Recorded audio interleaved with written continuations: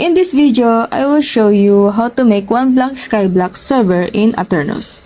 So first, you need to open up your Aternos website. Once you are in Aternos website, go to this page. And as you can see the link here, go to description and copy this link to open up this page. And then after that, click the drop down here and go ahead and click view all files. You will see more files here.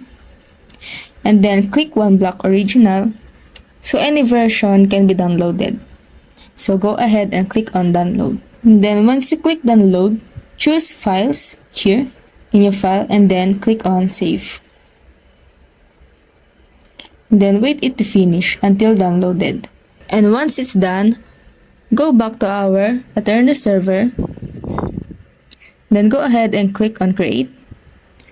So as you can see, we created a server here. So the next thing we're gonna do is click on servers and click the server that we have created. Go ahead and click on words on the left side. And then click on upload button right here. And then click zip archive. And then choose what you downloaded earlier, which is the one block. So right here, and click on open.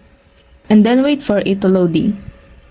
And then once it downloaded, let's click the first upgrade and turn on here. Then after that, go ahead and click on server on the left side.